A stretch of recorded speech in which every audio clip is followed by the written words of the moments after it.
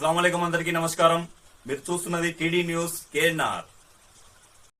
October 10, 2025 రోజున Karimnagar DCC కార్యాలయంలో DCC working president Komatireddy Padmakar Reddy గారు, జిల్లా కాంగ్రెస్ బీసీసీఎల్ అధ్యక్షులు పులి అంజనేయులు గౌడ్ గారు, పలువురు కాంగ్రెస్ పార్టీ నేతలతో కలిసి మీడియా సమావేశాన్ని నిర్వహించారు. ఈ సందర్భంగా బీసీ రిజర్వేషన్ల విషయమై పలు అంశాలపై వారు మీడియాతో మాట్లాడడం జరిగింది. వారి మాటలోనే విందాం. తెలంగాణ రాష్ట్రంలో తెలంగాణ హైకోర్టులో స్థానిక సంస్థల మీద జీవో నెంబర్ 9 మీద స్టే రావడానికి సంబంధించిన విషయం మీద జిల్లా కాంగ్రెస్ పార్టీ బీసీసీఎల్ పక్షాన, జిల్లా కాంగ్రెస్ పార్టీ పక్షాన మేము కొన్ని విషయాలను మాట్లాడదలుచుకున్నాం. భారతదేశానికి స్వాతంత్రం వచ్చినప్పటి నుండి స్వతంత్రం వచ్చిన తర్వాత బీసీ రిజర్వేషన్లకు సంబంధించినటువంటి అంశం మీద ఎప్పుడు బీసీ రిజర్వేషన్లను పెంపుదల చేసినా కూడా దానికి అడ్డు తొలగే విధంగా కోర్టులు వేదికగా బీసీ రిజర్వేషన్లకు వ్యతిరేకంగా గతంలో మండల్ కమిషన్కి, ఇప్పుడు నిన్న జరిగినటువంటి హైకోర్టులో బీసీలకు సంబంధించినటువంటి రిజర్వేషన్లకు సంబంధించినటువంటి విషయంలో కూడా అడ్డు తగులుతున్న పార్టీ ఏది అంటే కేవలం బీజేపీ పార్టీ మాత్రమే అని మేము స్పష్టంగా అడుగుతా ఉన్నాం. ఒక్కసారి తెలంగాణ సమాజంలో ఉన్నటువంటి బీసీ ప్రజలారా, బీసీ సంఘానికి సంబంధించినటువంటి వ్యక్తులారా ఒక ఆలోచన చేయండి.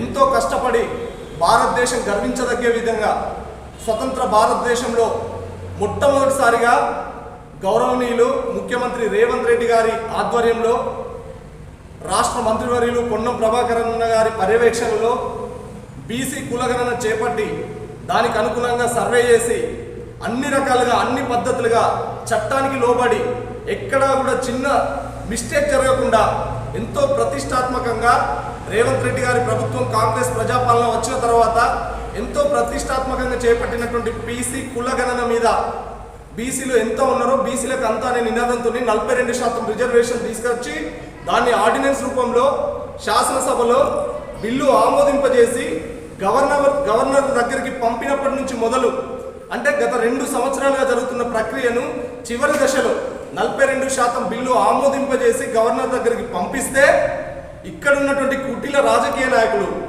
బీజేపీ, బీఆర్ఎస్ రెండు కలిసి కనీసం ప్రజాప్రభుత్వం ఏర్పడిన తర్వాత ఢిల్లీలో జంతర్ మంతర్ దగ్గర బీసీ రిజర్వేషన్లకు సంబంధించి చట్టాన్ని, కేంద్రాన్ని ఒప్పించి మెడల్ వంచాలనే ఉద్దేశంతో ఇక్కడ ఉన్నటువంటి కాంగ్రెస్ పార్టీ మంత్రులు, ఎమ్మెల్యేలు, గౌరవనీయులు ముఖ్యమంత్రి రేవంత్ రెడ్డి గారు, అదేవిధంగా బీసీ మినిస్టర్ పొన్నం ప్రభాకర్ గారు ధర్నాకు పిలుపునిచ్చి అన్ని సంఘాలని, అన్ని కుల సంఘాలని, అన్ని పార్టీలను ఢిల్లీకి రావాలని పిలుపునిస్తే అసెంబ్లీలో బీసీ బిల్లుకు మద్దతు పలికినటువంటి బీజేపీ ఎమ్మెల్యేలు కేంద్రం దగ్గరకు వచ్చేసరికి దాగుడు మూతలతోని బీసీ రిజర్వేషన్ బిల్లుకు అడ్డు కలిగే విధంగా కనీసం అక్కడికి ఒక్క బీజేపీ మంత్రి కానీ, బీజేపీకి సంబంధించినటువంటి మంత్రులు కానీ ఎవ్వరు కూడా అక్కడికి రాలేదు. అంటే దీని అర్థం నిన్న జరిగినటువంటి శాసనసభలో హైకోర్టులో ఒక ప్రశ్న అడగడం జరిగింది. మీరు శాసనసభలో బిల్లును ఆమోదింపజేసిరా అని అడుగుతున్నారు. బిల్లు గవర్నర్ దగ్గర, ఆర్డినెన్స్ గవర్నర్ దగ్గర బిల్లు ఆమోదింపజేసి రా అని అడుగుతున్నారు. గవర్నర్కి సంబంధించినటువంటి విషయంలో కేంద్రంలో ఉన్నటువంటి బీజేపీ నాయకులు, ఇక్కడ నుండి కేంద్ర మంత్రి బండి సంజయ్ గారు కానీ, కిషన్ రెడ్డి గారు కానీ, బీజేపీ మంత్రులు కానీ, బీజేపీ ఎమ్మెల్యేలు కానీ బీసీ బిల్లుకు ఎందుకు మద్దతుగా రాలేదు, ఎందుకు గవర్నర్ బిల్లుకు ఆమోదం తెలిపే విధంగా ప్రెషర్ ఎందుకు తీసుకురాలేదని మేము ఈ సందర్భంగా అడుగుతా ఉన్నాం.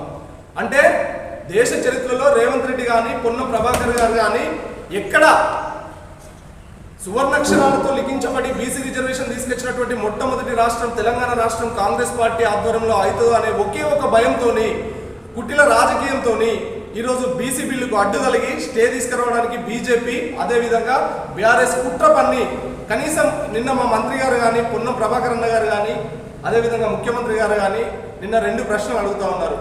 గతంలో ధర్నా చేసినప్పుడు రాలేదు, కనీసం చట్టం తీసుకొచ్చినప్పుడు దానికి సపోర్ట్ చేయలేదు. నిన్న జరిగినటువంటి హైకోర్టు స్టేకి ముందు కూడా మీ తరపు నుండి ఒక్కరు కూడా లాయర్ను లేదంటే ఇంప్లీడ్ ఇవ్వడానికి ఎవరిని కూడా తీసుకురాలేదని సాక్షాత్తు రాష్ట్ర ముఖ్యమంత్రి, అదేవిధంగా పొన్నం ప్రభాకర్ గారు కూడా అడిగారు. మేము ఒకటే విషయం అడుగుతా ఉన్నాం. బీసీకి బద్ధ శత్రువులు ఎవరైనా ఉన్నారు అంటే, బద్ధ వ్యతిరేకులు ఎవరైనా ఉన్నారు అంటే స్వతంత్ర అనంతరం నుంచి ఇప్పటి వరకు కూడా కేవలం బీజేపీ మాత్రమే. గతంలో ఇక్కడ పరిపాలించినటువంటి బీఆర్ఎస్ నాయకులు అయితే ఏదో సాధించినట్టు, భరత్లో అంటే డ్యాన్సులు చేసినట్టు ఊగిపోతూ ఉన్నారు.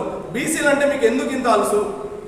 చరిత్ర తిరగరాసే విధంగా స్థానిక సంస్థలలో 42% రిజర్వేషన్ తీసుకొచ్చి నోటిఫికేషన్ ఇచ్చి ఇక రేపో మాపు ఎలక్షన్స్ పోతామని నామినేషన్లు వేసే సమయంలో బీసీ నాయకులు కానీ బీసీ ప్రజలు కానీ అందరూ ఆందోళన చెందుతూ ఉంటే అక్కడ స్టే తీసుకొచ్చినందుకు వీళ్ళందరూ అక్కడ పోయి సంబరాలు చేసుకుంటున్నారు. ఈ రోజు స్టే వచ్చిన తర్వాత మాట్లాడుతున్నటువంటి బీజేపీ నాయకులు కానీ బీఆర్ఎస్ నాయకులు కానీ గత 2 సంవత్సరాలుగా జరుగుతున్న ప్రక్రియలో మీ వంతు సహకారం ఎందుకు తీసుకురాలేదు? రాష్ట్ర ముఖ్యమంత్రి రేవంత్ రెడ్డి గారికి కానీ, అదేవిధంగా బీసీ మంత్రివర్యులు పొన్నం ప్రభాకర్ అన్న గారు కానీ, కాంగ్రెస్ పార్టీకి సంబంధించినటువంటి మంత్రులు కానీ, ఎమ్మెల్యేలు కానీ బీసీ రిజర్వేషన్కు క్షుణ్ణంగా మద్దతు పలుకుతూ ఇది ఎక్కడ కూడా చిన్న పొరపాటు జరగకుండా ముందుకు తీసుకెళ్లి చివరి మెట్టు మీద లాక్కున్నారు అంటే ఇది ఎంత దౌర్భాగ్యమైనటువంటి పరిస్థితి. తెలంగాణ ప్రజలందరూ కూడా గమనించాలి. కేవలం బీజేపీ నాయకుల అసమర్థత, బీఆర్ఎస్ పార్టీ నాయకుల అసమర్థతతోనే ఈ రోజు తెలంగాణ రాష్ట్రంలో ఒక చరిత్ర లిఖించే అవకాశాన్ని నిన్న కోల్పోవడం జరిగింది. బీఆర్ఎస్ బీజేపీ మాత్రమే అని గమనించాలి. ఇంతకంటే రుజువులు కానీ ప్రూఫ్స్ కానీ ఇంకెక్కడ కూడా దొరకవు. చరిత్ర మొత్తం వెతికినా కూడా ఎక్కడ కాంగ్రెస్ పార్టీకి క్రెడిట్ వస్తుందో, ఎక్కడ ముఖ్యమంత్రి గారికి క్రెడిట్ వస్తుందో అనే ఆలోచనతోని మనల్ని తప్పుదో పట్టించి హైకోర్టులో స్టేలు తీసుకురావచ్చే విధంగా, కేసులు వేసే విధంగా ఉసిగొల్పి బీసీల నోట్లో మన్ను కొట్టిరనడానికి నిదర్శనం. ఎంతో ఆవేదనతో మా మంత్రులు కానీ, మా ప్రభాకర్ అన్న కానీ, రేవంత్ రెడ్డి గారు కానీ, మహేష్ కుమార్ గౌడ్ కానీ కన్నీళ్ళు ఒక్కటే తక్కువ ఉన్నటువంటి పరిస్థితి నిన్నటి నుండి. కానీ అధైర్యపడొద్దు. ఖచ్చితంగా రాబోయే రోజుల్లో బీసీ రిజర్వేషన్ 42% రిజర్వేషన్కి కాంగ్రెస్ పార్టీ కట్టుబడి ఉందని బాజాప్తగా మా అధిష్టానం చెప్తుంది. దీని అంతటికి ఒకటే కారణం, బీజేపీ బీఆర్ఎస్ నాయకులని ఇళ్లకు కానీ, ఈ స్థానిక సంస్థల ఎలక్షన్స్ కానీ రాకుండా ఎక్కడికక్కడ మేమందరం నిలదీస్తాం. దీనికి సంబంధించినటువంటి విషయంలో మేమందరం కూడా ముందుకు పోతాం.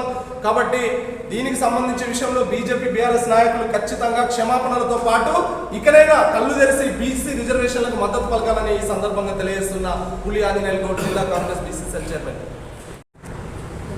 నమస్కారం.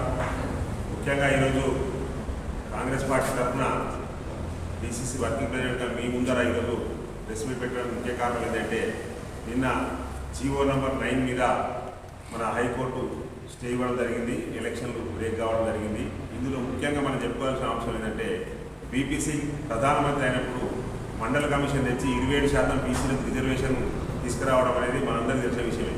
అప్పుడు కూడా బీజేపీ ఏం చేసిందంటే, అప్పుడు బీజేపీ ఆ జనతాదళతో మిత్రపక్షం మనందరికీ తెలుసు. అయినా మిత్రపక్షాన్ని ఉన్నప్పుడు వాళ్ళు ఈ రిజర్వేషన్ తేగానే వెంటనే వాళ్ళ మెజార్టీ విత్డ్రా చేసుకోవడం జరిగింది. బీపీసీ ప్రధానమంత్రి రాజీనామా చేయడం జరిగింది. ఇంతకంటే వేరే నిదర్శనం బీజేపీ ఏది బీసీలకు వ్యతిరేకమని చెప్పడానికి ఇంతకంటే నిదర్శనం వేరేది లేదు. కాబట్టి 95 పైన మనం గుర్తుపెట్టుకోవాలి. ఆ రోజు నుంచి దాదాపు 94-95 నుంచి మొదలు పెడితే ఇప్పుడు 20-30 సంవత్సరాల నుంచి బీసీలకు రిజర్వేషన్ రాకుండా అడ్డుపడేటువంటి ఏకైక పార్టీ ఏదైనా ఉంది అంటే అది బీజేపీ అని చెప్పడానికి మాత్రమే నేను ఈ విషయం చెప్తున్నాను. ఇంకొక విషయం, ఇలా బీఆర్ఎస్ గురించి మనం ఇంకో విషయం చెప్పాలి.